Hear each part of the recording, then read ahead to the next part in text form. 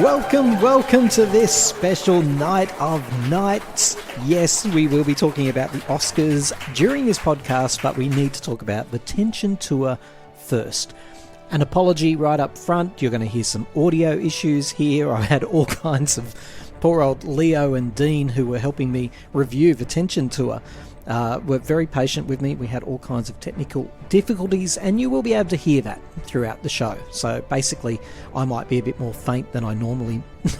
Actually, you might be thinking, hurrah, that's not a technical difficulty, that's an improvement, my Tim. Well, possibly, but I will be a little bit more faint in the conversation with Dean and Leo, at least for part of it. So, yep, as you know, I was on a media blackout. I didn't hear a thing about the Tension Tour, but now I've seen it, and thank you everyone who's been writing to me. I'm really looking forward to responding to you all about the Tension Tour, but I'm still euphoric from it. It was absolutely amazing, and I'm about to tell you more about that soon. But I'm telling you what, that was an adventure and a half for me. Getting there, I'm talking about. You've all had those experiences, right? Where you're trying to get down to a tour, wherever it is in the big city. Oh, I stayed in a place, my friends, that was regrettable. It was a pub or a sporting... something to do with sport. And there were real men in there, my friends. Real men. When I walked in with my Gordon Ramsay luggage, yeah, there were people in blue singlets and schooners of beer turned to look at me because there was no one at this counter. It was like blue heelers, for those of you who know what that is. And, mate, the fella hasn't been here for half an hour. You're not going to find him here. I'm like, okay, thanks. So do you know where I might go to get tomorrow? You might be waiting a while, mate. And they were watching the races, either greyhounds or horses or something. So I sat in this area, and honestly, I might not be right, but this is 100% what I heard. Go, you sloppy thing! Go, you sloppy thing! Go, you little bastard! Go! And honestly, I could feel hairs growing on my chest. I hadn't been around this much Australian masculinity in a very long time. So, yeah, this was my experience, and in a room that smelt like bleach, like as if they'd just cleaned up after a murder scene or something. So anyway, Kylie, I did it for you. And I remember just remembering Mr. Burns. You know, one time he comes over to Homer's house to watch a big fight, and I think he says, "A big title fight is one of those rare occasions that I savour the sights, the sounds, and, yes, the smells of other men." And that was a thought that got me through. I thought, no, this is a different experience. I can do this. I've travelled a long way. I'm here in this godforsaken 45 degrees Celsius. It was hot and sweaty, and there was no one at the counter, and I had my luggage, and I was wanting to get into my room. God knows, if I'd known what it was like, I wouldn't have wanted to get into my room. But anyway, that was my experience. Well, my media blackout on the Tension Tour was utterly successful. I entered the Sydney Arena without knowing a thing about the Tension Tour. I didn't know the opening. I didn't know the track listing. I didn't know... track listing. That's not right, isn't it? I didn't know the set list. I didn't know anything about the staging. I knew nothing. And I am so glad that I did it that way, because everything that I watched was a stunning surprise. Look, here's the thing. This lady's star quality is so potent. I just don't know if anything I'm about to say about this show is fair or equal, because frankly, I'm getting emotional. I'm getting back to the place that I was in a night or two ago. Frankly, I spent the entire show utterly captivated. I don't think it's healthy for the human body to have goosebumps for that long. I was so choked up. I was so emotional. I couldn't believe that I was in the same room as Kylie. She's just such a bloody star. So keep my total and utter bias in mind when I tell you that I felt like I was on a water slide during the Sydney Tension Tour. I never saw what was coming next. I felt like I was in a different world. I'd lost all sense of time. And it was a bloody fun ride. When the show was wrapping up, I couldn't believe it was actually over. Where did the time go? The staging was chic, it was contemporary, and yes, it was totally designed to show off what a legend she is. So, on that score, I do have some sympathy for the fans who are saying that this isn't the Kylie that we know and love, in the sense that there are very few, if any that I can recall, there are very few big stage props or redesigns of the stage along the way. Frankly, if you are one of those fans who are saying that it looked a bit bland, I get where you're coming from. But, and there's always a but when it comes to me, right? I believe you're missing the point.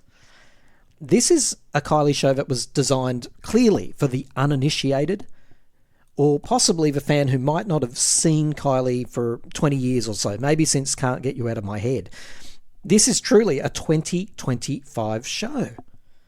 I mean, Jesus, you constantly complain that you don't want Kylie to become a heritage act, but then you complain when she doesn't come out atop a piano, all Jessica Rabbit style, or possibly singing Love Boat looking like Lucille Ball. The Tension Tour has hints of Las Vegas, but generally it's a very clean, modern, classy staging, and it's designed so that Kylie can be the star without the burden of clutter. To call this show cheap, which is what I've read, is ridiculously unfair. She hits this stage in exactly the way that I'd hoped. She smashes us around the chops with an unrelenting run of up-tempo classics. And it's one hell of a ride from there on in, with Kylie managing to do such an impossible thing in a big venue. She makes it feel hugely epic when it needs to be epic, but without apparently no effort at all. She then turns it into an intimate, almost like spiritual experience. The connection between the fans and Kylie in this show is unreal. I've got Leo and Dean here to help me break down the Tension Tour so far. There's a lot of globe trotting still to come. G'day Leo and g'day Dean. Hello, how you doing? Hey, how are you going, Tim? Really well, and Dean, an extra special welcome for you because this is your first time in the fortress of pop culture. Welcome especially to you. Thank you very much. Good to be here and good to finally chat. Hey, can I just say, first of all, I met Dean years ago in the early 2000s, and I haven't seen him for so long. So, Dean, I hope you're keeping really well, mate. I am. You too. I didn't know you were going to be here, so that's very cool. See, this is what Kylie does. She brings us fans together. Early 2000s, I assume you met each other wearing your gold hot pants around that stage then. I think we met at like various Kylie, I think back in the day there was like these Kylie meetups through, I think Say Hey, the old forum and stuff before Facebook. And then went to like concerts and stuff. And I think, what else? I think with in-store work as well. Yeah, at HMV in Prahran, which is an amazing HMV, and I always used to go there shopping and getting my fix, you know. Where was this, Melbourne or Brisbane or Sydney? In Melbourne. No, Chapel Street. There you go. Where are you both at the moment? I forget. I apologise. Melbourne. I was formerly Melbourne, and I'm on the Gold Coast now for the last 4 years. So. Oh, I thought you were. Yeah, okay, there you go. Yeah. I've got a very tough question for you both before we get into the much that we probably all have to say about the Tension Tour. I want to ask a question that's going to sound really like I'm an old fool, or maybe I am an old fool. Are shorts acceptable at a Kylie concert? No, I'll put it to you, both. Are shorts acceptable at a Kylie? I'm starting to get mad and enraged already. What do you reckon, Leo? Of course they're acceptable. Did you wear shorts to the Tension Tour? No. Well, shorts are acceptable. If you look really good in shorts, then... I'm talking about a pair of old grungy Kmart shorts. I mean, that's all right. I sat next to a gentleman who had a migaloo sticking out of each short leg. It was horrible. I thought, you're here for a Kylie show. Have some respect. What do you reckon, Dean? That's a fair call. I mean, at least... Did you wear shorts? I'm from Queensland now, so that's my excuse. But I wore really good shorts, yeah. What was that, sorry? Did you wear shorts? Really good shorts, of course. You did wear shorts? Yeah. But look, the people that walk in looking like they've just shopped at Kmart, I think they should be banished. I had to sit next to one of them. It was horrifying. True. Anyway, I'll hand it over to you, Leo. What did you make of the show generally? And tell us, where did you see it and how many times have you seen it? I had the intention, like you, Tim, and keeping away from spoilers. That lasted one night. I hopped online and I was looking at the Perth show. I was more sort of focused on what she was going to perform, like the set list. So I think the first night in Perth, I had a feeling that for the first few shows, she would move things around. She would like change things out and add things and take things out. So that's certainly what happened, I guess, with the first Perth show. Obviously, the main thing that she took out was I Believe in You, which she performed in Act 2.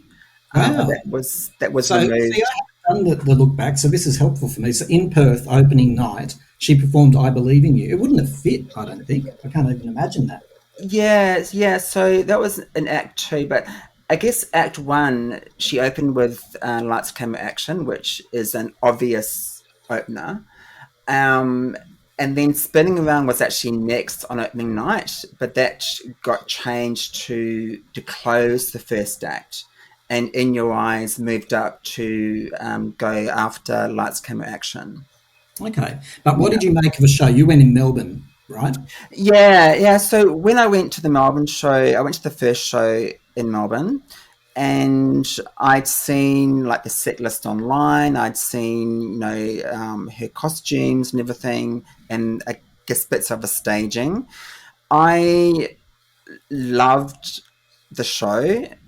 It's all about Kylie and about her connection with her audience, and that's the key word, connection. She really connects with her audience, and she knows her audience. She knows what fans want to hear, and I think that just translated beautifully during the show. And it was just beautiful. It was love. It was joy. It was just this amazing 2-hour experience together, with her fan base. So it was about a 2-hour show, was it? Wow, it just went by like a blink of an eye. Did it for you too, Leah? It did, yeah. I just found the whole staging very sort of open and very simplistic, really pared back. But when you combine that with the lights and the amazing screens on the stage, and also she had screens above and also behind, so combine that with all the lights and the lasers, it was just really effective. And the team that was behind Aphrodite was also behind this show. Right. Wow. Okay. So it was, yes, it wasn't razzle dazzle like Aphrodite or Fever or X, but it was another level. It wasn't a different level, it was just another level, another sort of, it's hard to explain, but it was a really, yes, it was, I guess, pared back, but it was more about the connection. Yeah. For me. To me, it was another level. I wrote on Facebook as I exited the venue, this was Kylie as I've never seen her before. I'd never seen that.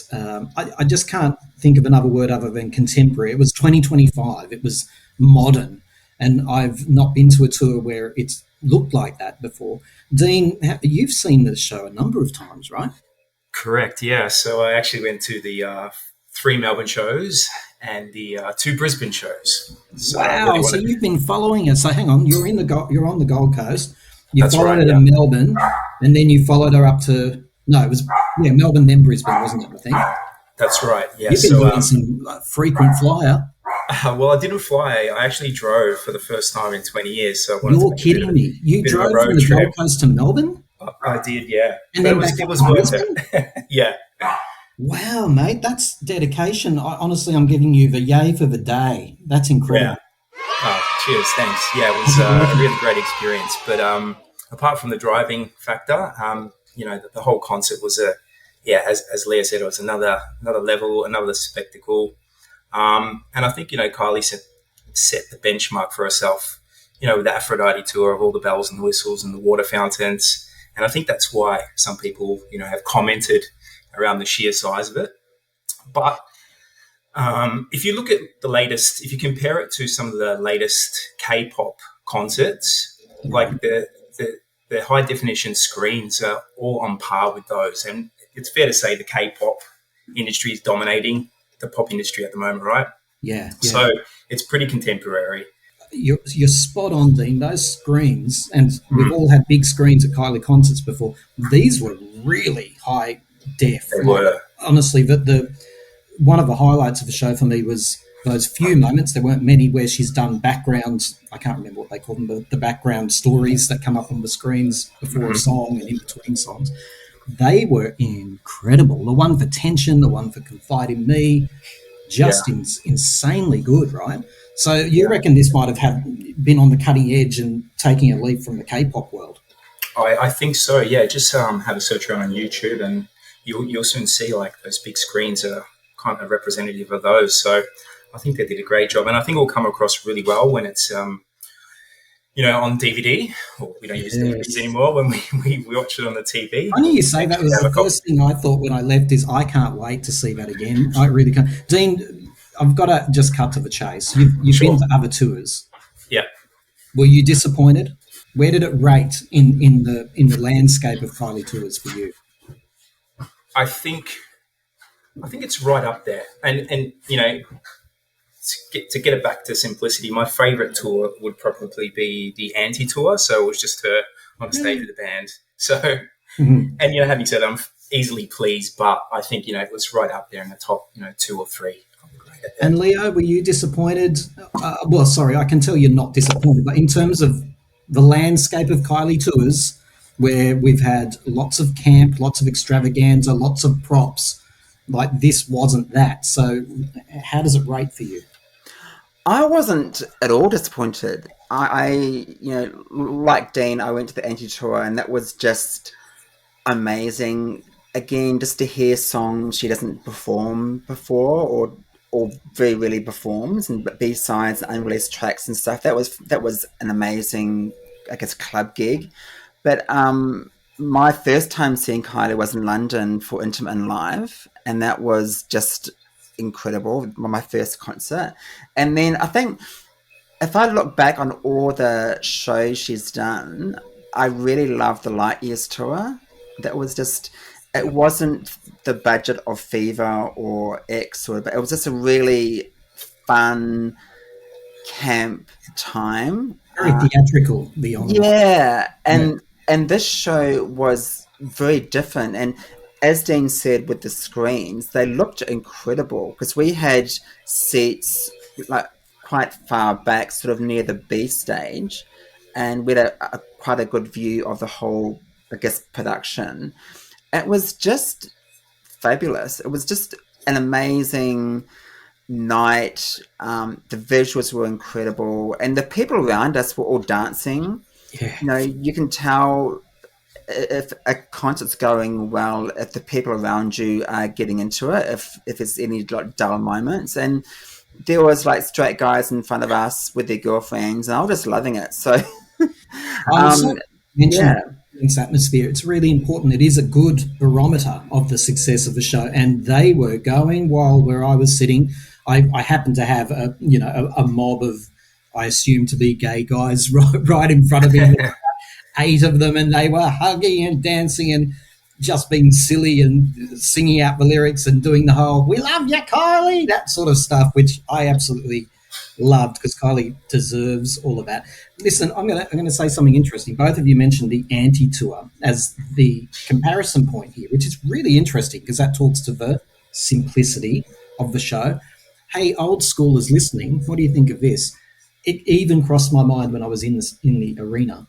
This reminded me a little bit of the Enjoy Yourself tour, in the sense that it was a fixed set, very simplistic, a live band there, ready to go, and the main focus was Kylie, and dazzling lights. Obviously, this is up quite a notch. It's 2025. It's not 1989 anymore, Tim, or 1990. But it really did. There was, I believe, there's a comparison there, strange as it may sound. It's like a full circle moment, I guess, if we're going to compare, because I never saw the Enjoy Yourself tour, but on my YouTube channel, Sound Museum, I found these old interviews from 88, 89 when she was doing that tour.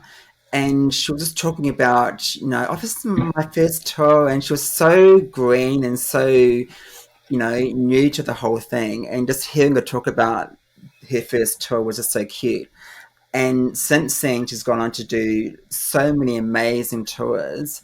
And each time she keeps upping the ante, whether it's, the staging, whether it's the dances, the arrangements, but always keeping it fresh and always keeping it moving. And I guess that's one thing I love about the show is just really, it's about the music and it's about her. And I remember seeing Frontier Touring sent out some media shots and videos from the Perth show.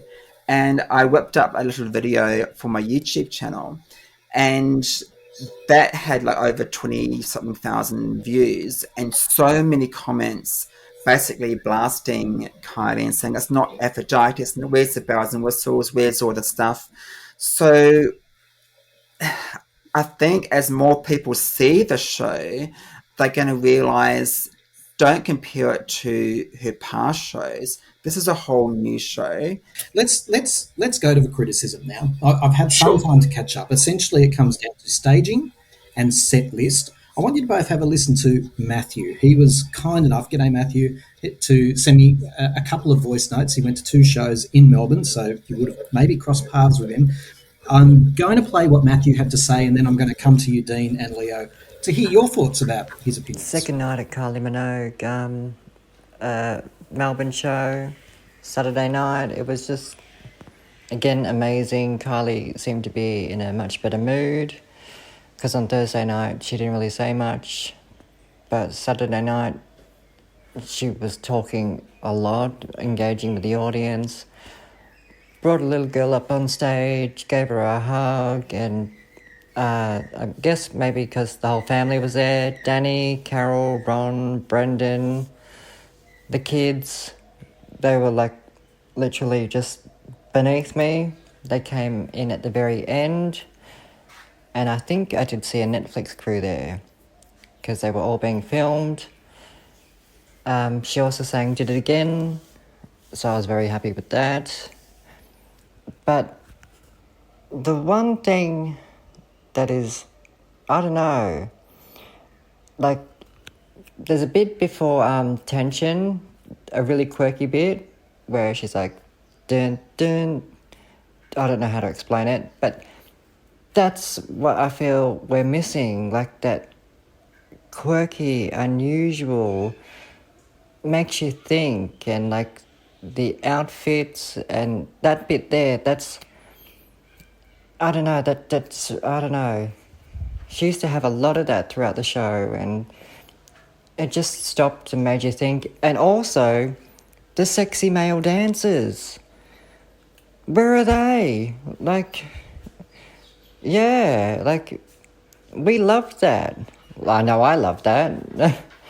And yeah, so that's what I feel is missing. And their songs, the same versions of the songs, like, she used to always remix them, and we'd always get a different version.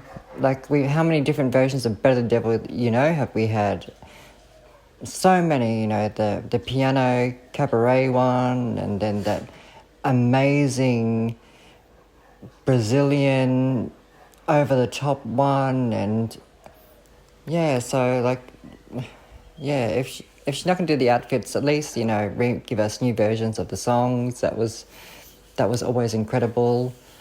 But other than that, she's always amazing. Absolutely a joy to watch her, and I'm so glad I went a second time to really soak it all in. And if I could go again, of course I would. It was just absolutely amazing. Also, Danny looked absolutely amazing.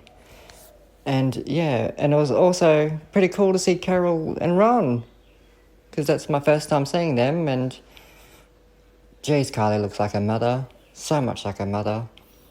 Anyway, that's all. And thank you for letting me have a whinge. Okay. Thanks. Bye. Thank you, Matthew. I know you listen a lot and we really appreciate you sending in a voice memo. By the way, if you'd like to send us a voice memo, we love it when you do that. Time to talk Australia at outlook.com. Pull out your phone, record a voice memo. You're not too old. You can find the voice memo app, my friends. And after you've recorded it, then you can figure out how to attach it to an email. It's your challenge for the week. Dean, there's lots to unpack there in what Matthew said. He clearly loves the show. He went twice. But again, I think it comes down to, well, now three things from listening to that again. Staging, the set list, and costumes, Matthew mentioned as well, which is never I don't have the keenest eye for that. I thought she looked amazing. What were your thoughts listening to Matthew there, Dean? Again, all the feedback was, pretty positive, and I get what he said around, the extended versions of Better Than We Know and the Brazilian type of extended versions that Steve Anderson does. And, the reality is songs are shorter these days. Yeah. The attention span is shorter of the average person, where, fortunately or unfortunately, we're in the TikTok era. Us here on this podcast might like those 12 inches or the extended versions. And they give me a 12-minute version of Confide in Me, right? Yeah, I love it still. But people would go to the toilet if they heard that now, right? Or they go and get another drink.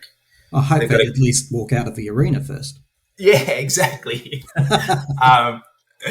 So I get that, but we can't stay in 1998 forever. You know what I mean? The times, and I think that's why Kylie is still at the top of her game.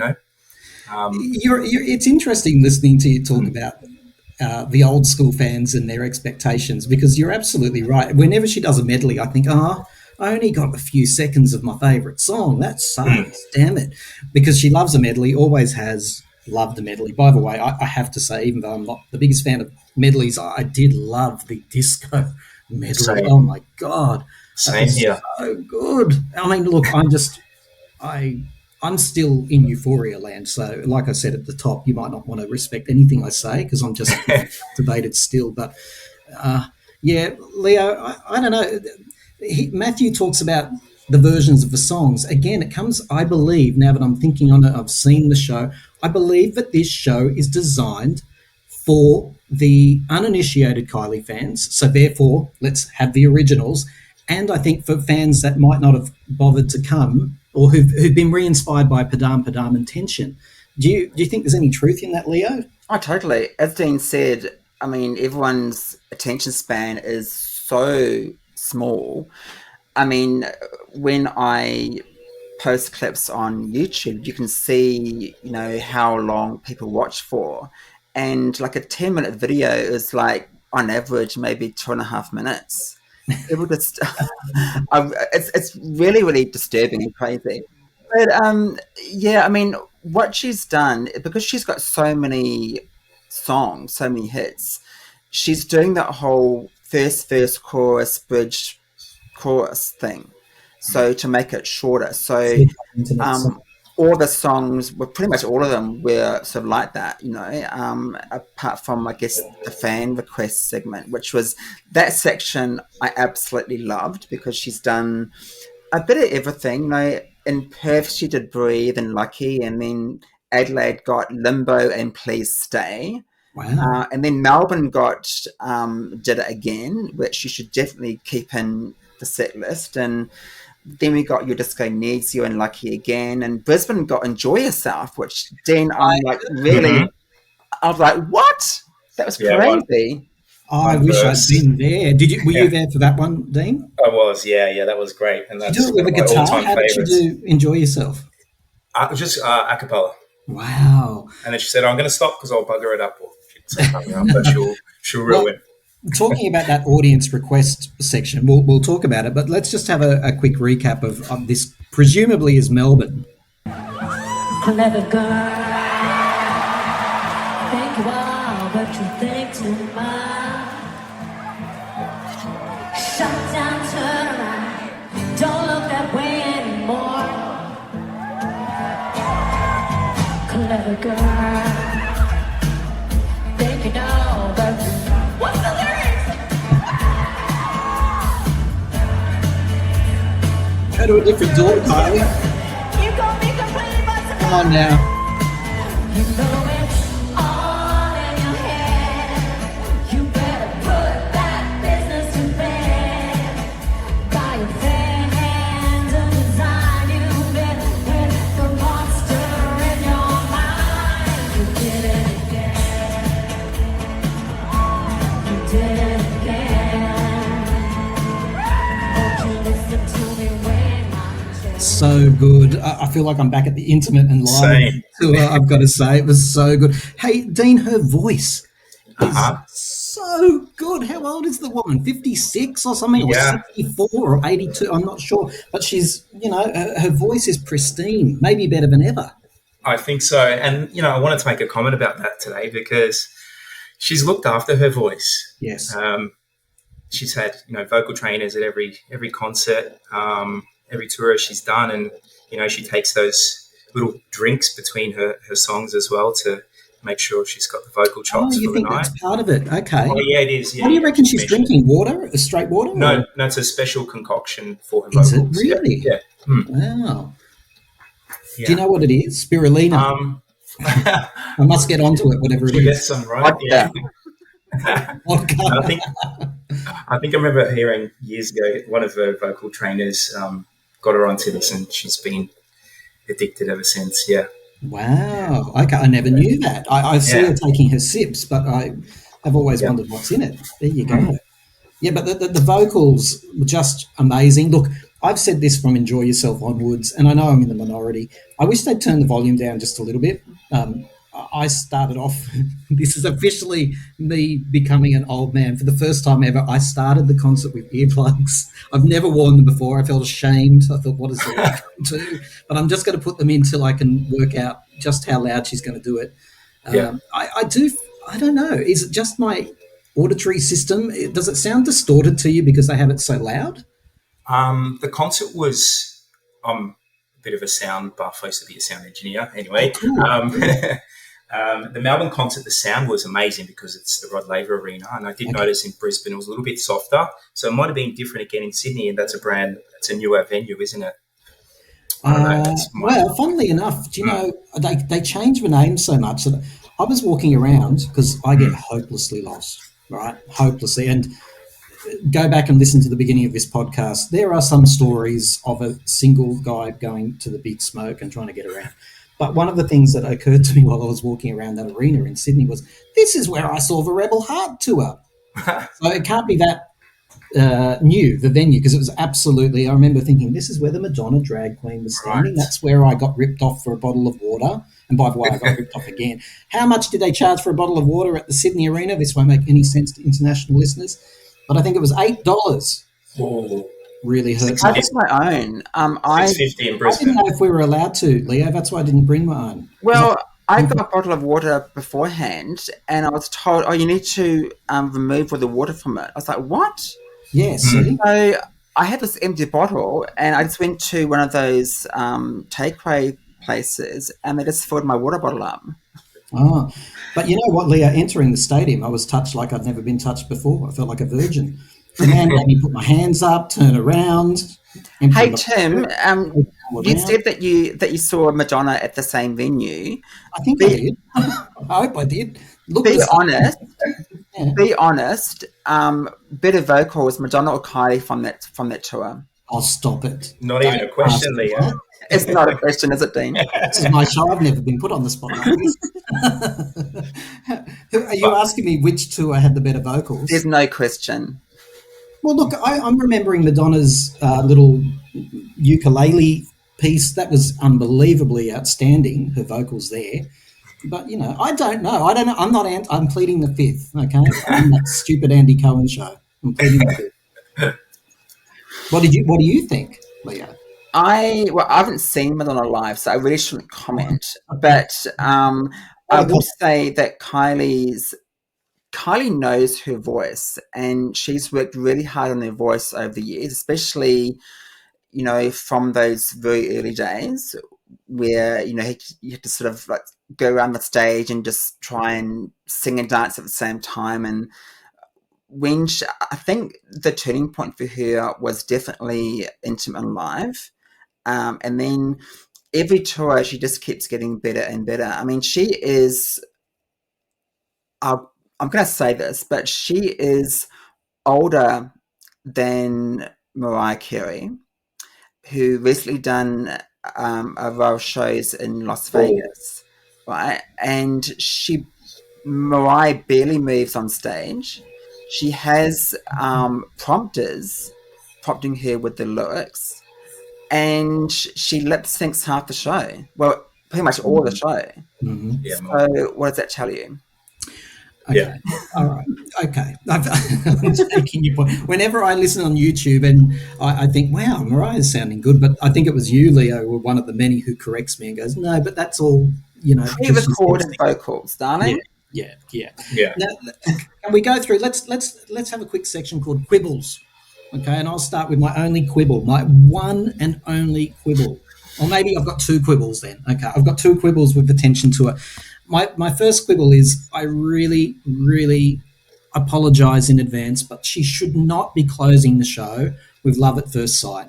When she finished Padam, which was epic, and it definitely was remixed, someone's arguing with me online about that, saying it's not. It is. It's definitely, that was not the original. It just had a little bit more something, and I only heard it once, so I can't tell you what it is, but there was something fabulous about the remix of it, that slight remix. But that's where it should have just kept extending just by another 3 minutes and end the show there. Love at First Sight, it was fun, but it's not the way to end the Tension Tour. Your thoughts, Dean?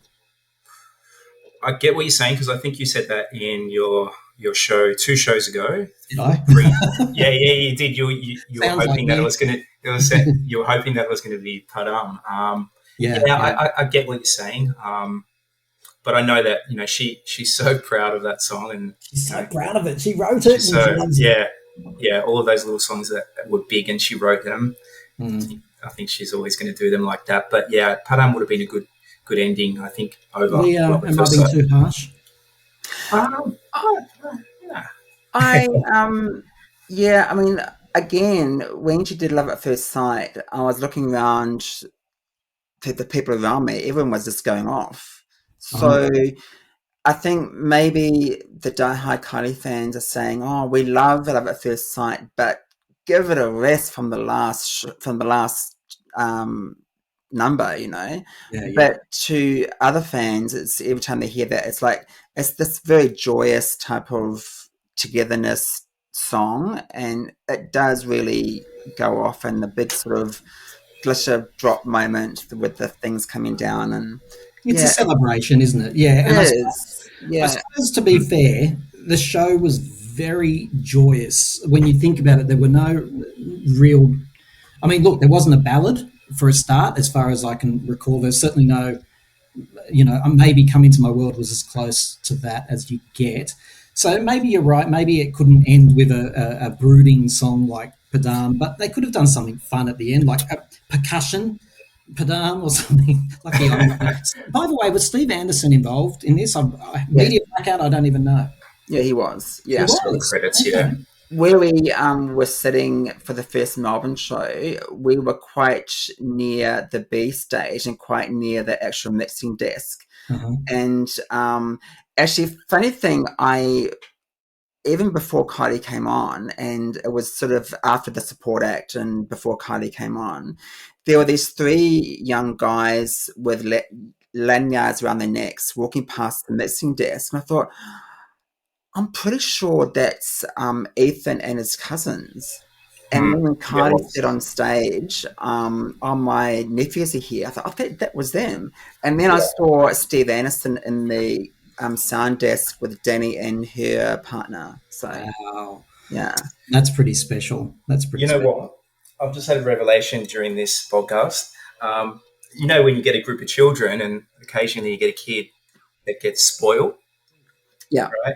We've been spoiled by her, right? And now we're all spoiled rotten and we expect so much from her. I think that's what the problem is. Yeah, maybe. We're spoiled bitches, aren't we, Dean? She gives us a lot. Like, it's fair to say no one else puts out that amount of music at this time in their career, and then she spoils us. So we're very lucky, I think. Yeah, Totally. Yeah. I mean, when this tour is done, I hope she takes a bit of a break because I think she's going to need it. But knowing Kylie, she'll probably have something else on the horizon, and he's offline.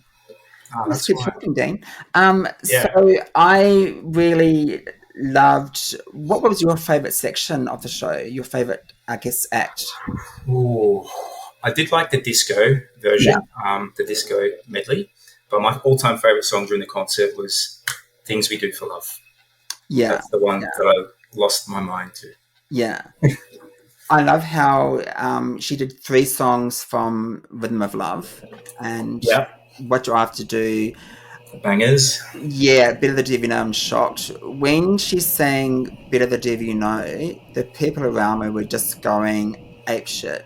They were going off that whole section. I would have liked to have heard more songs from Tension 2, though. What do you think? I get that argument, but maybe we should bring that up with Tim as well. I don't know if he's going to add it into the podcast. I get why they put that amount in there, and I think that ties in with people's attention spans and the amount of tickets that have been selling. Yeah. I would have had, if I had my way, I would have had Disco, Tension 1, Tension 2. Yeah. Yeah. I sort of think that with the disco section, she did replace Monday Blues, thankfully, with Magic. Which is one of my all-time favourites, so I was very happy to hear that, even the shortened version. Yeah. But every night when this section came on, I don't know if you noticed, I had a few opportunities there. You notice that people were like sitting down, they're like, "Oh, what's this song?" Never, I've had guests drop out before. I've never had myself drop out. That was weird. Hopefully it was my internet. We just kept going. We just kept going about. We talked about the set list and stuff, so you can click that in if you want. Yeah, I appreciate that. Thank you. So, Leo, you heard my quibble. Have you got any quibbles with the show? I think for me, what was that, Matthew, who did some feedback? Yeah, I mean, to be honest, I did miss the male dancers, the topless male dancers. It always come. It's always a good part of the show for the gays and the girls. I'm sure dances were fantastic, though. Oh, they were. I'm not down to the dancers. Were they too overdressed for you, were they? Too overdressed. Not enough nipples for Leo. And to be honest with you, when someone said to me, "Oh, what's the Teletubbies doing on stage?" What was that? Honestly, don't know. Even I went, "What the devil are those? They're not Teletubbies, are they?" What that was, but I personally, just thought there was whole weirdness going on. But the dances were very good. I think it was a bit more, I don't know, Dean, maybe a bit more Americanized type of thing. I'm not sure. I'm not a dancing expert, but I did miss the topless hot guys. Right. I can understand that. Speaking of the dancers, I think they were, some were from the US, some were from the UK, and one of them, I only found out this last week. One of the dancers, I work with his father in my work. Oh, and he actually, it's the same guy. He played Jason Orange in the Better Man film, the Robbie Williams film. You'd like that, Leo? The dancer did. Oh, yeah, it's the same guy. His name's Chase. Wow, behind the scenes there. He sounds like a cool. Yeah, he's up and coming. Well, he's made it really. Kylie dancer. Yeah. He's obviously, as we all know, it's not easy to become a dancer in a Kylie show or a Madonna show. You got to be bloody on top of your game.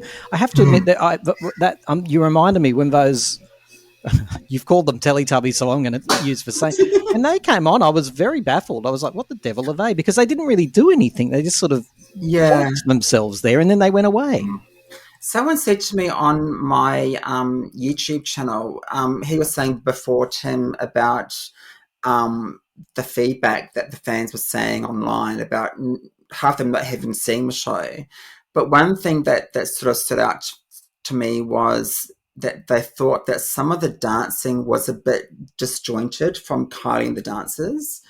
And sometimes they were all together, which was great. And sometimes there was Kylie and there was just Kylie by herself and the dancers at the back sort of doing their thing. Yes. It was a bit sort of, I don't know, I can see where they're coming from in that regard, because it did look a bit sort of disjointed in some places. Well, you reminded me of my second quibble, and that was it. And I know that this is not a quibble specific to the Tension Tour. It's a quibble going back for quite some time, but I just want to see one moment where Kylie does, the big epic synchronized dance 80s/90s routine. Just once, like in Aphrodite, there was only one, and it was, I think, during... whatever that Arabia song was from, anyway, it all went red on the stage. She did a little bit of dancing there. Yes. She just really doesn't dance too much anymore. She moves, she doesn't dance. So I actually that's my quibble. And I do understand now that you've said it, the dance has been a bit detached. And because if you have dancers, they should make sense in context, right? But they're just sort of there, and Kylie's separately doing her own thing most of the time. So I can see that. Yeah. And as far as Kylie dancing, I mean, in the fan request section, I would love for someone to request wouldn't change a thing. And then my friend Troy knows the dance moves off by heart. So if he hopped on stage with Kylie and did the dance moves, that would be epic. It would be absolutely fabulous. A bit of an 80s throwback. Combine that with the routine from Shocked, Always Find the Time. I would be very happy as well. And speaking of Shocked, I hope when she gets to the UK, I hope she gets Jazzy P to do the rap on Shocked. Yes, Leo. That'd be amazing. It's just a missed opportunity. I think she really needs to call Jazzy and say, "Hey, Jazzy," and come and do the show with me in London or something. Just do that would be incredible. And the fans would just go ballistic. If she comes on stage, because it's possible, isn't it? If she comes on stage, she has to say the famous words, "I'm going to get sexy, y'all." Wow. Has to say it. All right. So, and Dean, I wouldn't be doing my job. Did you have any quibbles with the show? Maybe just one of my favourite songs is from Disco Magic. Could have been a minute longer in the medley for me. Yeah. That's it. Yeah. But look, because we've done, and I don't want this to be negative, so we've done the quibbles. Let's quickly move to our favourite parts, because we haven't really even spoken about that. For me, there were so many. First of all, that whole Edge of Saturday Night. I don't know about you two, but it went off where I was sitting. Yeah. My God. Oh, and then there was a certain song where she... again, you can tell that I've only seen it once, and I'm still fresh from it because I can't remember what it was. She fades into the black, and then she turns into the purple costume. That's epic. Was that Confide in Me? And then she goes into the purple. That's right. Whatever that entrance when she came just transforms into a purple dress. Confide in Me slow version, and then she takes it off, and it speeds up into a Chemical Brothers kind of remix. Thank you, Dean. That's what was really getting me the goosebumps. The Chemical Brothers part of that song, and then she goes, "Oh, that was amazing! Just so cool." And then when she came out with that weird, at first weird, and then it made sense. The intro to Tension on the big screens. It goes whatever she was doing, and all the walking Kylies. That was so cool. I loved that part. Yeah. And then it leads into the song Tension. I thought that was fantastic. There were so many great moments. And then when she went through the crowd, I assume she does this every night for locomotion to get to the other stage. Mm-hmm. I have to admit I couldn't see her because there was such heavy security around her. Did you notice that? The security guards? Oh, yeah, there were a few people grabbing her on a few of the nights. That got a bit touchy-feely. Is that right? You watch it on the screen and people's hands were going right out and oh, no, that's not okay, is it? Yeah, that wasn't cool. So I reckon she's going to have to taper that down when she gets to places like Brazil, in my opinion, because they go all out. Yeah, they like a bit of the touchy-feely. But maybe that explains the Sydney show being what I noticed to be. Maybe it wasn't as heavily beefed. She was so like in this little cocoon of security that when she passed just below me, all I saw was, the top of a blonde hair, which is a shame. But maybe that's because people had been touchy-feely. She comes very, very close to the crowd in this show, doesn't she? Yeah. Which Great, I love that. is both wonderful and a little bit concerning too.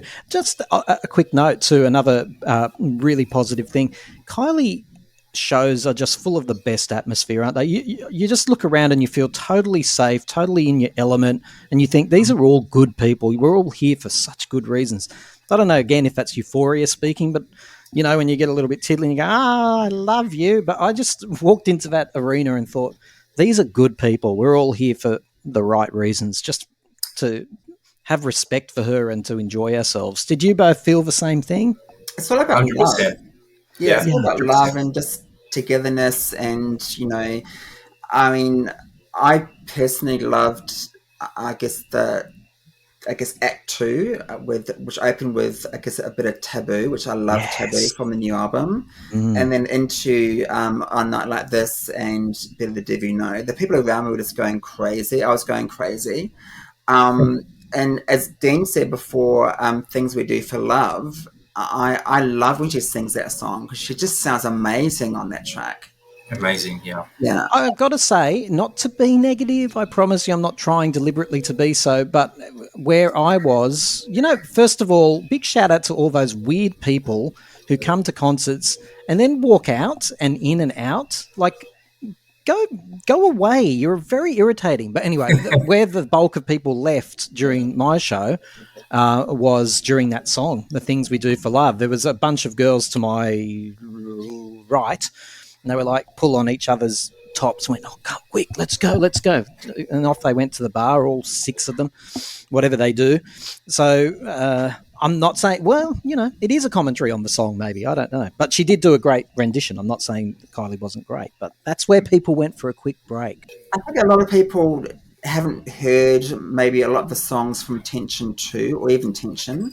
Yeah. So I got a feeling that people around me knew a lot of the older stuff because when she did stuff from, even disco, they didn't really know a lot of the tracks. But when she did like the 90s stuff and the early 2000s, they were just going crazy. So there was definitely a mix of the diehards and also the fans who loved her from the start until like maybe feverish type of maybe. And Leo, isn't that the evidence that Kylie and her crew and her team are doing the right thing? There might be some whinges online about the set list, but I experienced the same thing when she did those older tracks and the big ones from Fever and Body Language. The crowd were going off, but I have to admit, even during the disco, I was one of the few people in my little lot who knew all the words. I was looking around thinking, come on, do the high-pitched magic. I was one of the few.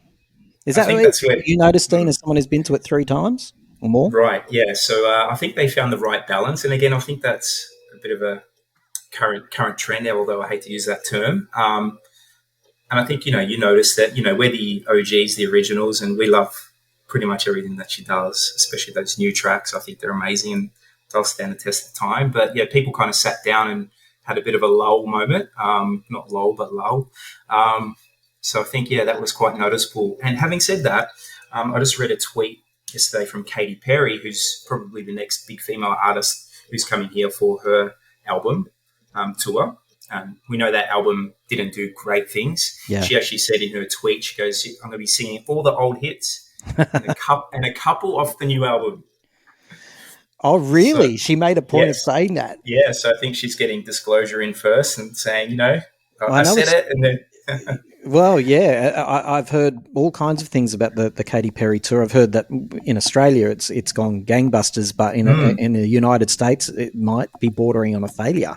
So maybe she's tweeting out that whole "don't worry about my last album" business because of the sales in the United States. I think Katy Perry is a bit like Pink, sort of. Pink was really big outside the States, and she was really big in Europe and the UK and Australia. And now Katy Perry is probably bigger sort of in Australia South America, Europe, UK, I guess, as a touring artist. So maybe we get her more than the US does. I don't know. Yeah, we've adopted a lot of stars. We were the first to adopt ABBA back in the day as well. You know, ABBA might not have been ABBA without Australia, for example. Yeah. So, But it's, look, let's round this out with the Tension Tour. Do we think a lot like the X Tour, it's going to look very different by the time it gets to its halfway point and to its end, or do we think this is pretty much the bones of the show? What do you both think about that? I Dean? think it's the bones of the show, and I did hear that as well from someone. So that, they made the adjustments, but having said that, things can change all the time. But I think that's it. This is what they're going to get. Sorry, you heard what from someone? I won't say who it was. They said, they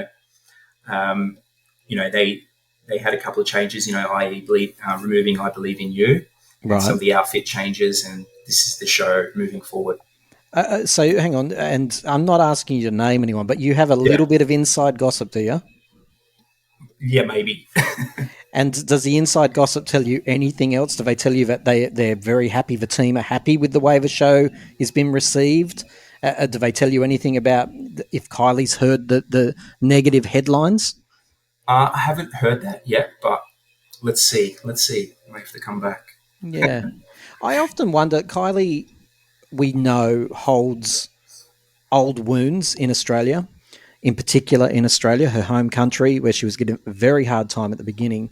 Now that I've seen the show and the media blackout is over, and I could see after show number 1 a headline that said fans torch Kylie, or some brutal headline, which, by the way, is such media spin, because that you can go on Twitter and find 2 people that said, the stage looks cheap, Exactly. and all of a sudden there's a headline. I wonder, what do you both think? Would Kylie would that reopen those old wounds? Like, surely you come back to your home country, you put on a show as incredible as this, and you wake up the next morning to a headline that goes, fans torch Kylie, or whatever it was.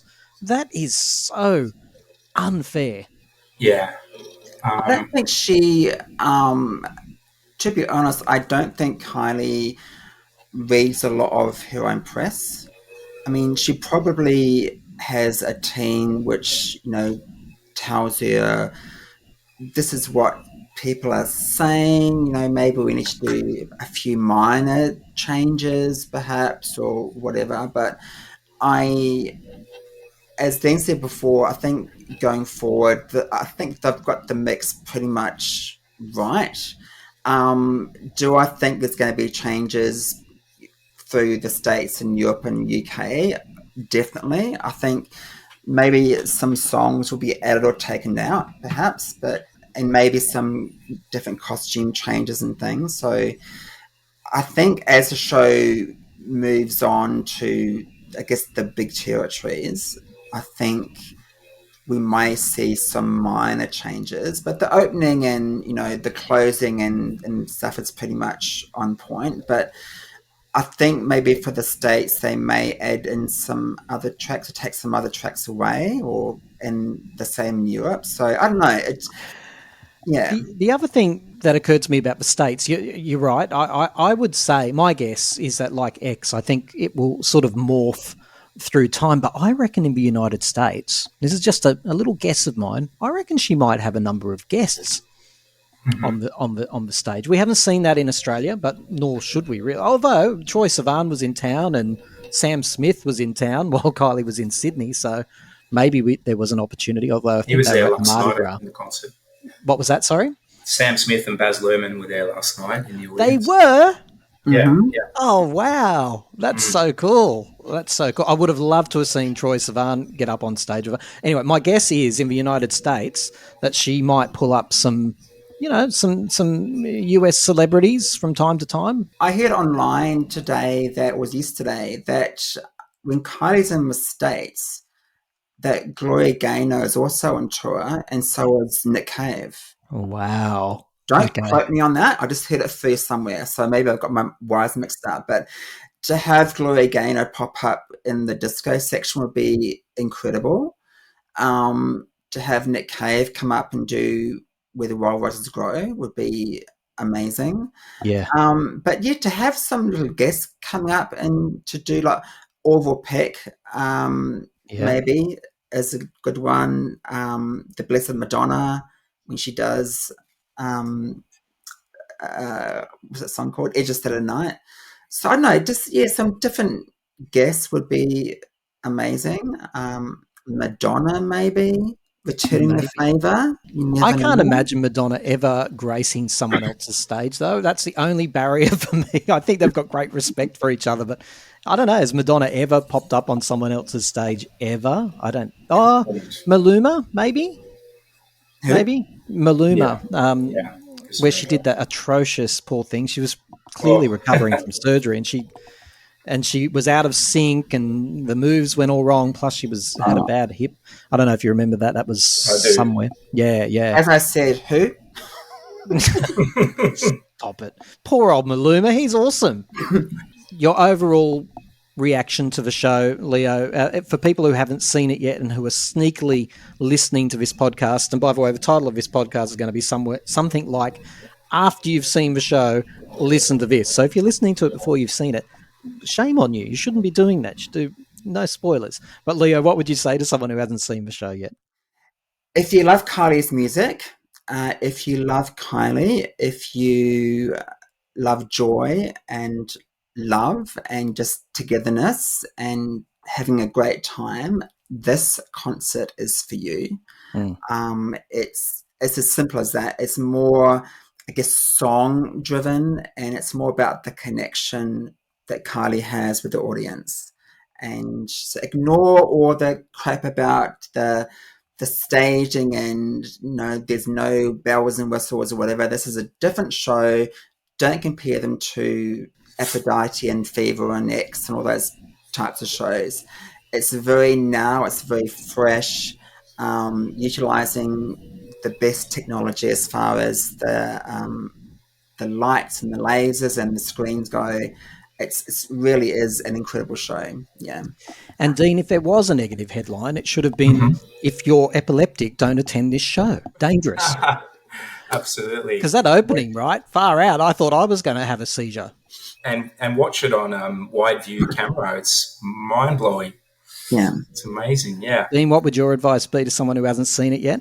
Just experience it for yourself. It was a totally immersive experience. The music was, simply amazing. You go to see Kylie. I go to see Kylie, the performer, the singer, and no one connects with the audience the way that she does. I think they got it right. It's sharp, it's punchy, it's current, and it's allowed me to, I don't know, I've got faith back in humanity. Like I feel like how life was 20 years ago when, there were less cares in the world. Oh, I love that. I love that so much. That's exactly how I felt. I was so stressed getting there and all the experiences which would be included in this podcast that I had. So by the time I sat there, almost like a nervous wreck, and then she just blew all my troubles away. And it was, maybe because I'm a Kylie fan, but it was almost religious for me. I was captivated the whole time. I couldn't believe I was in that arena with her. I just couldn't believe it. So there's our initial review. We're going to be doing more reviews on the Tension Tour now that I'm off media blackout. We have to reach out to more people who are attending the shows, talk to them, find out their views. We will be tracking if the show evolves over time, which it might. It might, you never know. So if you would like to be on the show as well as a guest, if you've seen Tension, you can send us a voice memo, or you can actually just come on to the studio and talk to me about it. I'd love to hear it. Every show, I'd love to talk to someone who went and hear what they made of it, because I only got to see it once, so let me vicariously live through your experience again. Dean and Leo, thank you for your initial reviews. And how amazing was it that Australia got it first? Incredible. Yeah, it's like, it's like a full circle when she did the Rhythm of Love. Yeah, that one also Intimate and Live as well. She started here. Yeah. So it's like a full circle, and from here she's going to Asia. So any Asian fans listening who would want to come onto the podcast. That'd be great to hear from the Asian fans. She's going to have 3 shows. Thanks for your time, Dean and Leo. Thank you so No much. That worries. was a whole lot of fun. I'm 2 seconds away, hold tight, I'm about to arrive. Whenever I listen to Tim and his panel of guests, my toes begin to curl, and I feel just the right amount of tingling all over my aching body. Now, let's get back to the show. And the Oscar goes to? Are they playing us off? No. Well, maybe. Honora. Leo, we're going to talk briefly about the Oscars that have just wrapped up after about 8.5 hours, or what felt like 8.5 hours at least. By the way, how great was Dean? That was his first time in the fortress of pop culture. Turns out you know him, but he was great, wasn't he? What a great Kylie fan. He's a big Kylie fan. I've known Dean for, I think I first met Dean maybe in 2001. Yeah. So he used to work in HMV in Paran, and that was such an amazing store because they used to bring in all the imports for like the UK CD singles and back in the day where they used to have different B-sides for Australia and the UK. Yes. And stuff wasn't released in Australia, so they'll get the imports in, like the gay favourites like Jerry Halliwell and Kylie and Madonna and all those ones. So I certainly rummaged through a lot of HMV and Virgin Megastore records in my day, but yeah, he just had such a great energy about him. What a lovely, lovely person by the sound. Yeah, and then he moved, I think, to Virgin Megastore in Chapel Street as well. So I think so. Yeah, and now he's running gym classes. I mean, isn't it amazing what happens? I know. There He's you living go. in Queensland. So tell us about, I mean, you're a big movie buff. You love pop culture, as we know, Leo. But I mean, what I noticed about these Oscars and that I'm very happy about was they weren't political and woke. There was very few references to, well, in fact, I don't think I heard any references to Trump. There was one reference from Daryl Hannah that I heard to the Ukraine, but besides that, it was very low key because I hate it, as you know, if you listen to this podcast, when celebrities think that because they're famous, they know everything. It really bothers me. But these Oscars didn't seem to go that way, which is, I think, a good thing. Did you feel the same? Yeah, I mean, and rightly, the show this year was all about honouring the LA fires and remembering, all those houses that were lost and the lives that were lost and, the good work the firefighters did. It was a worthy cause, that's for sure. But I mean, look, at the end of the day, the Oscars should be about filmmaking, right? And sometimes it doesn't feel like that. I was really disappointed, though, that Will Smith wasn't there. I mean, he spices things up. What a shame.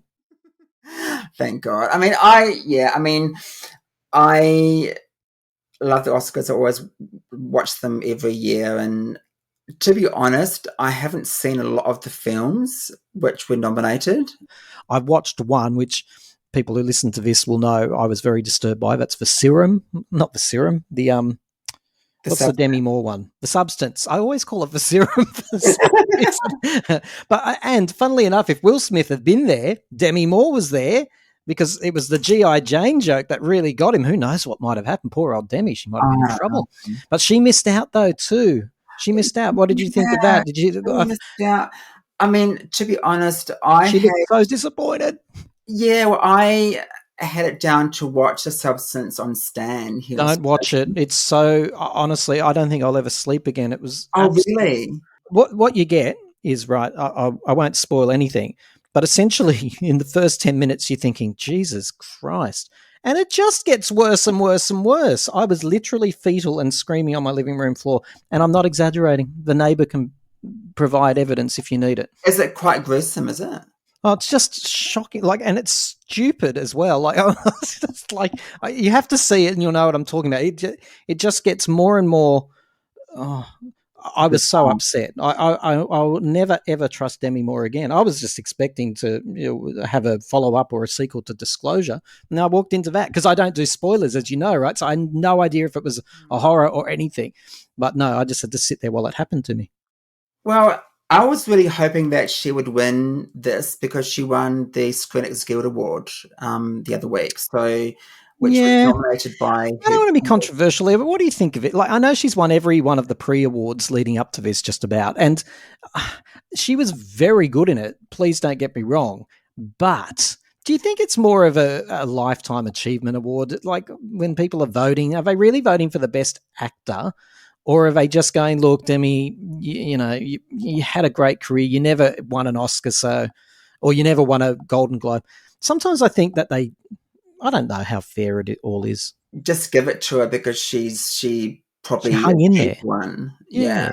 I mean, maybe there's a bit in that, but I haven't seen the film, so yeah, hard to say, right? Hard to say, but Mikey Madison won for Honora, which also won for Best Picture. Yes. So again, I see, that's a movie I'm going to see. You haven't seen it. I haven't seen it. I bet we both go and look at that now because it was like it didn't scoop the pool, but it won a lot of awards.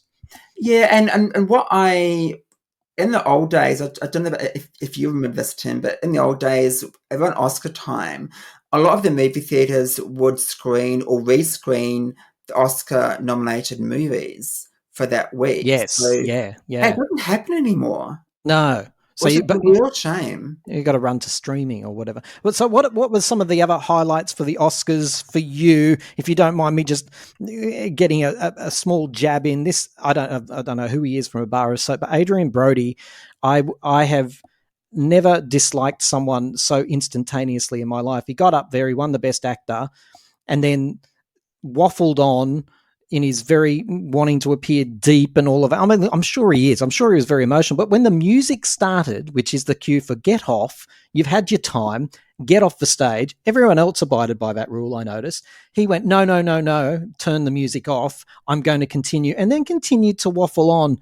These people, celebrities, really enrage me sometimes. That was the definition of entitled fool of a man, and I will never watch his stupid movie, whatever it was now, even though I think it's the same movie that Guy Pearce is in, and I wanted to see it. But I have to boycott it because of this Adrian Brody, whoever the hell you are, Mr. Brody. The British, well, he won an Oscar years ago for, I think, The Pianist. So this was his second Oscar for Best Actor, I believe. So again, I didn't see all of his acceptance speech. I was actually putting up the washing. Yeah, but I'm telling you what, though, Leo, you could have put out the washing, come back, and he still was on the stage. You didn't need to miss anything. Yeah, when they have the music playing. Outrageous man. What an outrageous man. Anyway, I've stolen your life. What did you see as the highlight of this year's Oscars? Well, I sent you a message at the start of the ceremony to say, oh my God, the opening was incredible. Are you talking about the Conan O'Brien dude? No, the opening performance. Oh, what was that? Tell us. Oh, my goodness. I missed that. The opening performance was simply incredible. This is how you open a show. There's Ariana Grande performing Somewhere Over the Rainbow from the original Wizard of Oz. Then her co-star, Cynthia Erivo, came out and done Home from The Wiz, which of course was the movie with Diana Ross. And Diana Ross. Yeah. And then together they sang a bit of Defying Gravity from Wicked. Oh, wow.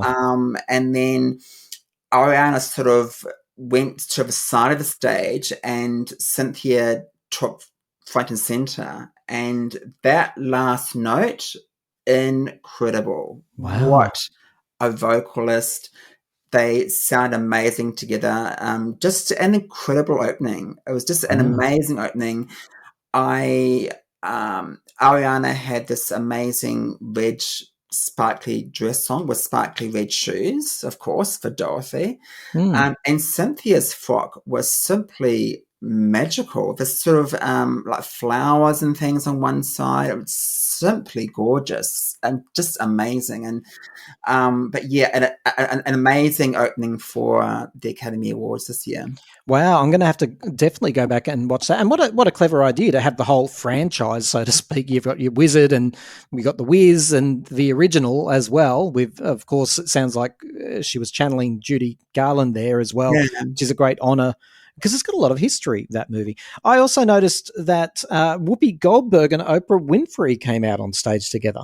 Yeah, so they did a tribute to the late Quincy Jones. A lot of people would know Quincy Jones as this amazing producer behind Michael Jackson's Thriller and so many other, Frank Sinatra first too, by the way. Yeah, Frank Sinatra, Ray Charles, Aretha Franklin, all these amazing performers. But he's also an amazing conductor, composer, instrumentalist. He's done a lot of things for movies. So hence there was this lovely tribute from Whoopi and Oprah.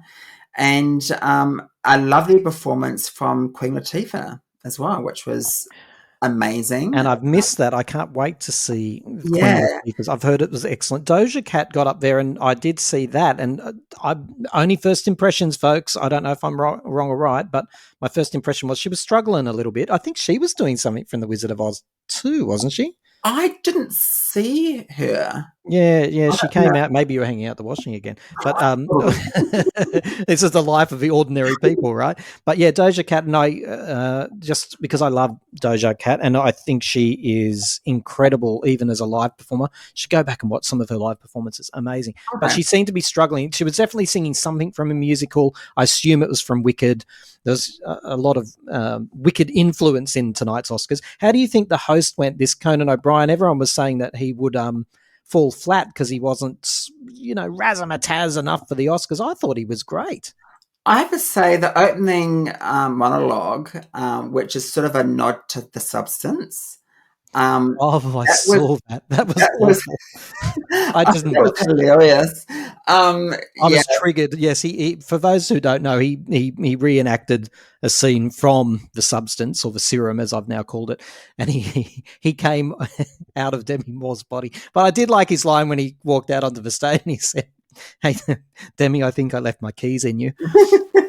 Thought that was really awesome. I thought he, really.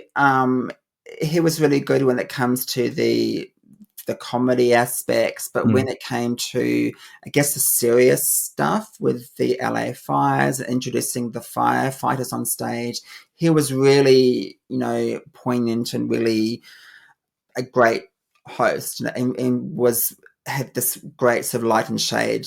Yeah. So, I don't know much about the dude, but he really struck me as very humble. He introduced Billy Crystal. Yeah. And Meg Ryan at the end. Yeah. And he said, here comes the best host ever.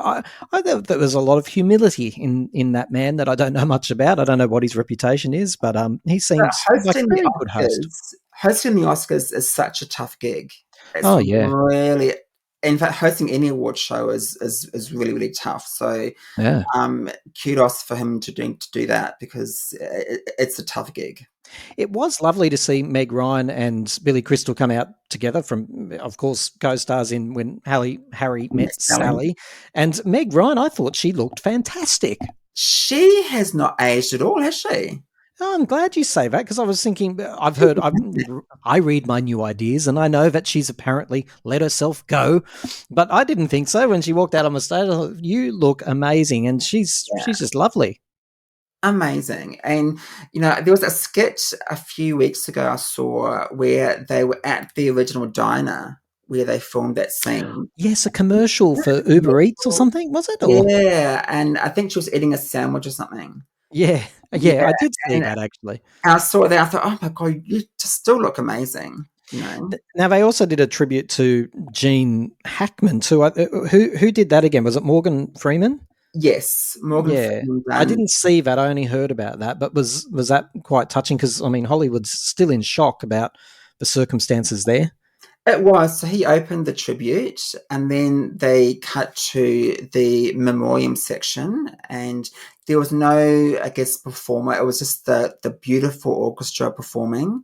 And there was what I really liked in the memoriam section is a lot of these people you thought, like it just says like, set designer or editor, but it has a silhouette of their face, but in the background it has a scene from a movie that they worked on. Oh, that's So clever. there was a Yeah. couple of people that caught my eye because there was one scene from the movie Fame, another scene from the movie Flashdance. Right. So I thought, oh my God, this person was involved in that So movie. you And actually see the work, not just the person. yes.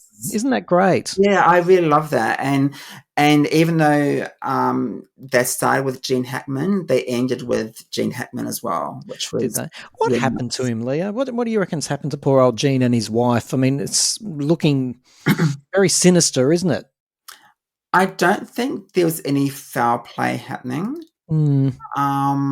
I really hope not anyway. But Does it look like it? Look, I mean, the media doesn't seem to want to speculate about it, which is unusual for TMZ, I've got to say. But it's certainly looking like some sort of, Romeo Juliet suicide pact to me. I know they're still saying carbon monoxide poisoning and all of that, but I mean, it's just mysterious, isn't it?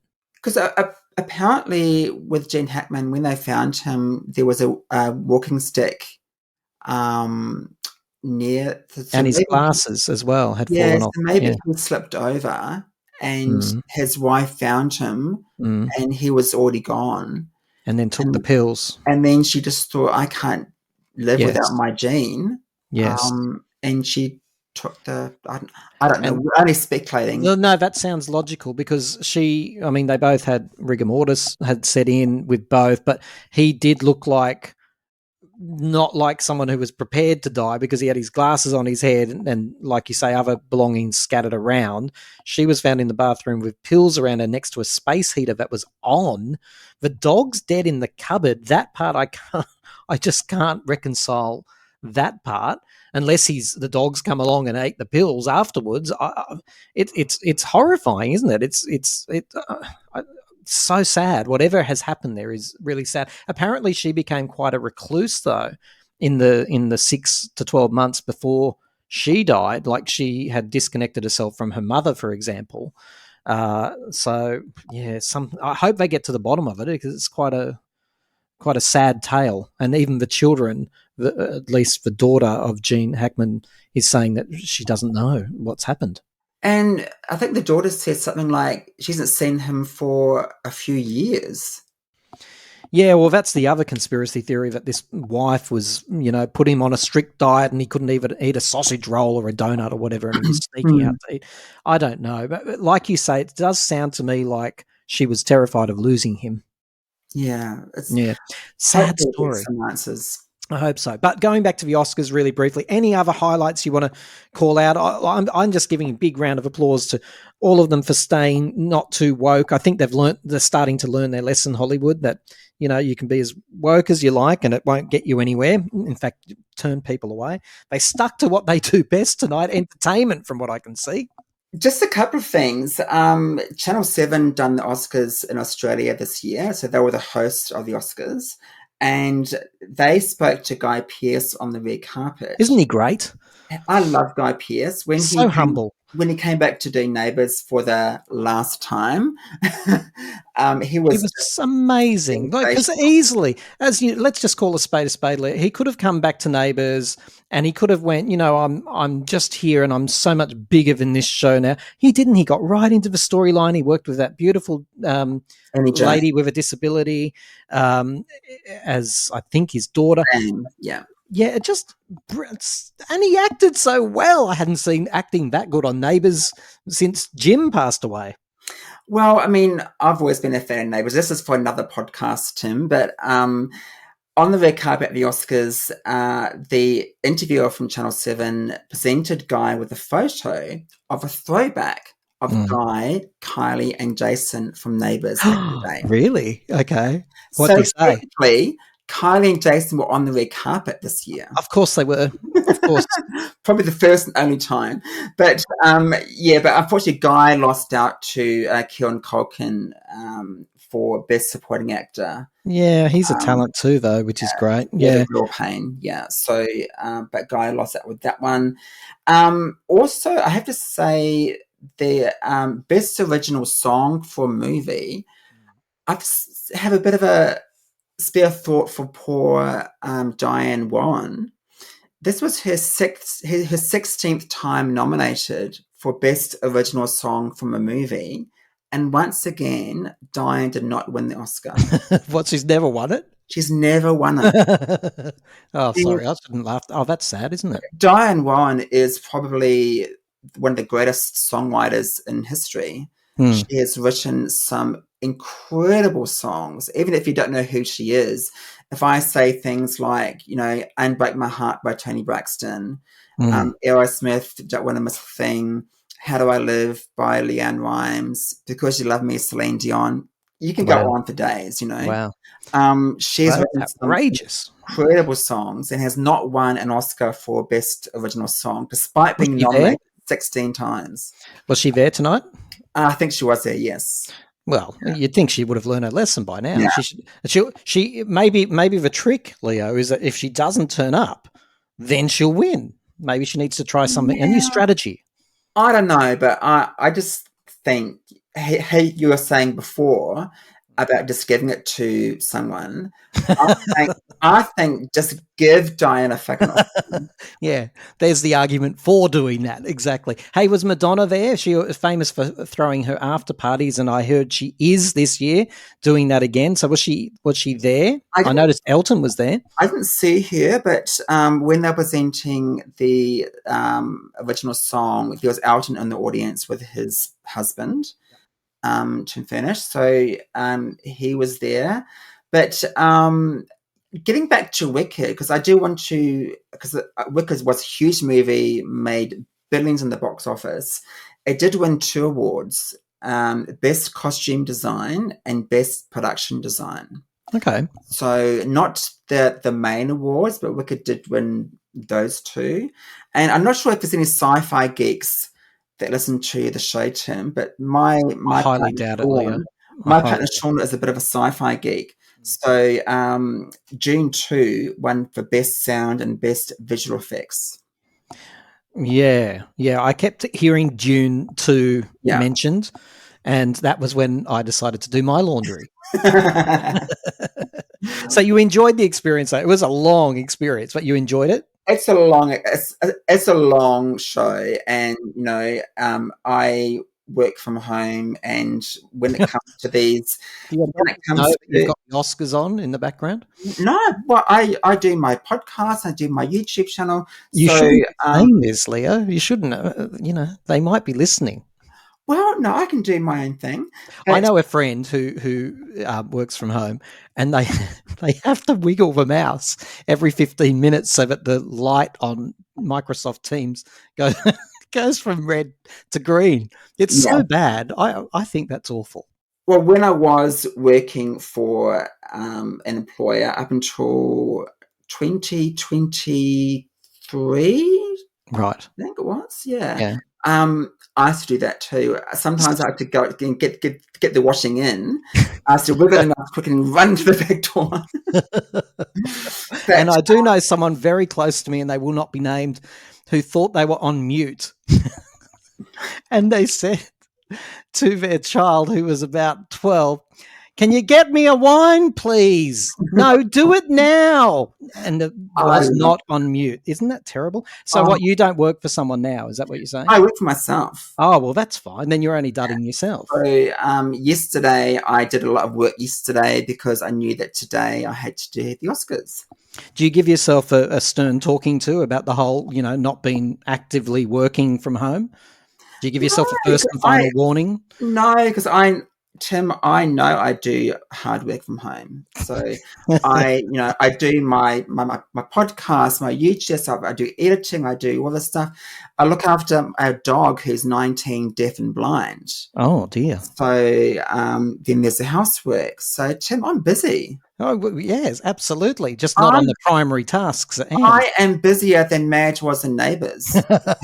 Actually, there's a great, if you haven't seen this, folks, or Leo, go and we'll look it up. One thing I found it amazing. What was her name? Is it Elsa? Who ran the coffee shop in Home and Away? Elsa. Yeah, it was Elsa. Yeah. So someone has, I am more amazed by the person who did this than the actual content. Someone's went and looked at every episode Elsa was ever in, and they've spliced up every time she said, "Can you just look after the shop for me, darling? I'll just have to slip out for a second." It goes for like about 13 minutes. I didn't even make it to the end. Really? But the number of times she says to someone, and it's all the characters, Fisher, and they all look quite startled. "Can you just look after the shop for me, darling? I have to pop down to the bank. Can you look after the shop for me, darling? I have to go and visit so-and-so." So funny. You got to look it up. It's very amusing. Elsa never did a shred of work. She sounds a bit like you. Well, speaking of Home and Away, they have started to play the opening theme at the start again. Oh, what, did that go away at some stage? Yes, did they? Yes, it's been away for years. See if I can remember it. You and what's it? Belong together. Yeah, you and I belong together. You and I forever and ever, no matter where you are.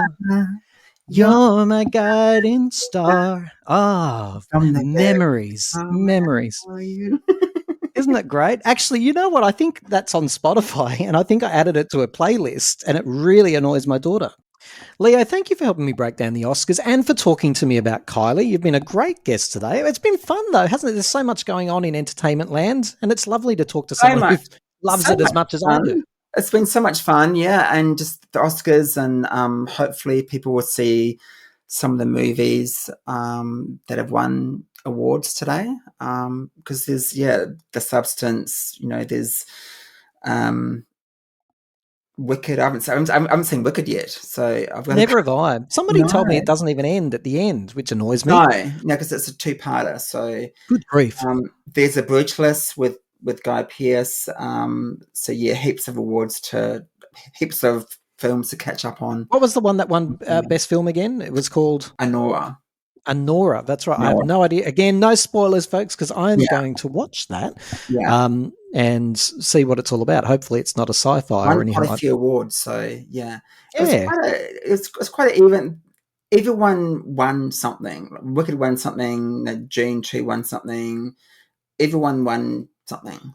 Yeah, it's just a nice award ceremony, and that's what we need in this world. Thank you, Kylie, for putting me in euphoric land. I'm not as enraged as I normally would be about the Oscars, although I think I got a little bit enraged there. Apologies for that. Put yourself in your place. Yeah. Thanks, Leo. That's right, Jim.